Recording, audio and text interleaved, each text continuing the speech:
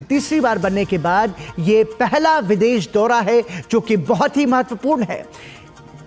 Italy के Apulia शहर में G7 शिखर सम्मेलन में शिरकत करने के लिए प्रधानमंत्री नरेंद्र मोदी इटली पहुंचे हैं और वहां पर प्रधानमंत्री का इटली के ब्रिंडीसी एयरपोर्ट पर स्वागत किया गया और प्रधानमंत्री नरेंद्र मोदी का ये एक दिवसीय दौरा है।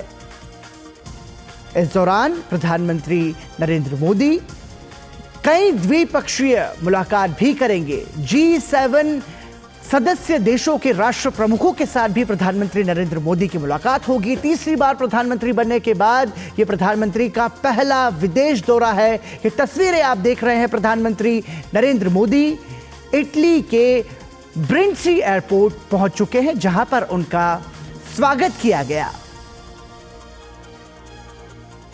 हमारे साथ हमारे सहयोगी अरुण शर्मा मौजूद हैं। अरुण, प्रधानमंत्री इटली पहुंच चुके हैं, G7 शिखर सम्मेलन में शिरकत करेंगे।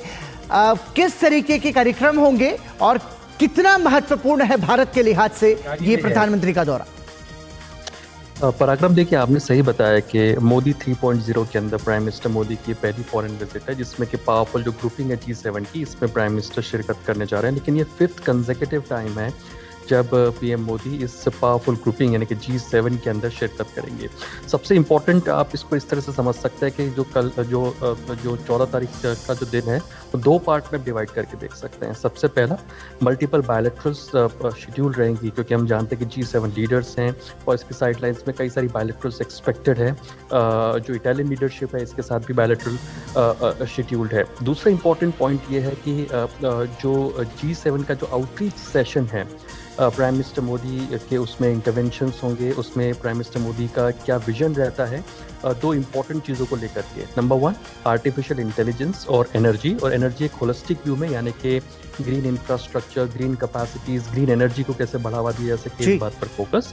और सेकंड इंपॉर्टेंटली जो अफ्रीका और मेडिटेरियन है इस मुद्दे पर लेकर के, इस बात को हम जानते हैं कि G20 में जो भारत की लीडरशिप में हुआ था उसके अंदर अफ्रीकन यूनियन वो किस तरह से G20 का जैसे मेंबर बनता हुआ दिखाई दिया, तो भारत की एक स्ट्रॉन्ग लीडरशिप को दिखाता है।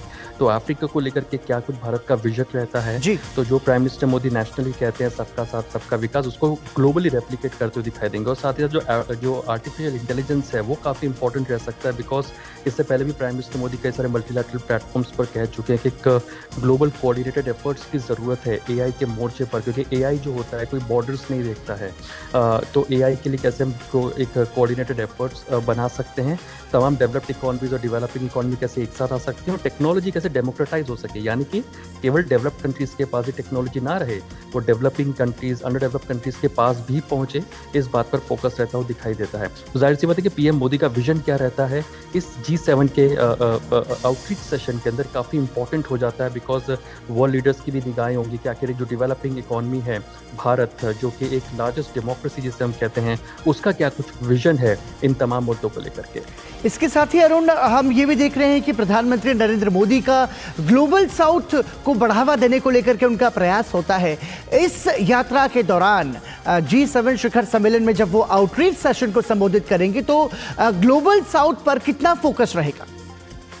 बहुत ज़्यादा आप कह सकते हैं कि प्राइम मिनिस्टर मोदी से ग्लोबल साउथ के एम्बेसडर बन करके इस G7 समिट के अंदर शिरकत करेंगे, क्योंकि अब जानते हैं कि पहली बार ऐसा हो रहा है। जब आपको याद होगा कि G20 समिट का भी जो आयोजन हुआ था जी, उससे पहले प्राइम मिनिस्टर मोदी ने ग्लोबल साउथ के तमाम लीडर्स के साथ में बातचीत की थी कि आखिर उनका क्या एजेंडा है, वो क्या चाहते हैं कि G20 में रखा जाए, जब G20 भारत की अध्यक्षता में हुआ था। अब प्राइमरीली G7 एक पावरफुल ग्रुपिंग है, कई सारे जो मुद्दे हैं, जैसे क्लाइमेट चेंज का एक इम्पॉर्टेंट मुद्दा है, फूड सिक्योरिटी का एक इम्पॉर्टेंट मुद्दा है, यूरिया एक इम्पॉर्टेंट मुद्दा है, टेक्नोलॉजी का डेमोक्रेटाइजेशन कई मुद्दे हैं। ये तमाम मुद्दे किस तरह से इस डेवलप्ड इकोनॉमीज की जो ग्रुपिंग है इसके अंदर के लाया जा सके, जो पॉलिसीज बनाई जाएं, फाइनेंसिंग की जाए, इंसेंटिवाइजेशन जो किया जाता है, उसमें किस तरह से जो ये अंडर डेवलप्ड इकोनॉमीज हैं, जो ग्लोबल साउथ है, इस पर कैसे फोकस रखा जा सके।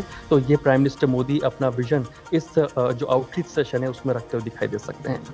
अरुण, हम ये देख रहे हैं कि G7 जो समूह देश है वो एक तरीके से दुनिया की 7 बड़ी अर्थव्यवस्थाओं वाले देशों का समूह है।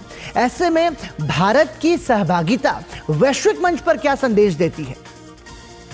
देखिए भारत की लीडरशिप कई सारे स्ट्रॉन्ग मैसेजेस देती है। नंबर वन ये देती है कि कैसे हम लोग जो प्राइम मिनिस्टर मोदी कहते हैं सबका साथ सबका विकास, तो कैसे वो ग्लोबली इन मल्टीलैटरल प्लेटफॉर्म्स पर भी रेप्लिकेट होते हुए दिखाई दे सके। जी। क्योंकि अमूमन होता ही है कि ऐसे बड़े प्लेटफॉर्म्स पर जो कि डेवलप्ड इकोनॉमीज की जो ग्रुपिंग होती है, वहाँ जो छोटे देश होते हैं, अंडर डेवलप्ड कंट्रीज होती हैं, आइलैंड नेशंस होते हैं, ग्लोबल साउथ है प्राइमरीली, उनकी आवाज़ दब जाती आती नहीं है। तो प्राइम मिनिस्टर मोदी जाहिर सी बात है इस बड़े मंच के ऊपर जो आउटरीच सेशन होगा इस इन बातों को रखते हुए दिखाई देंगे।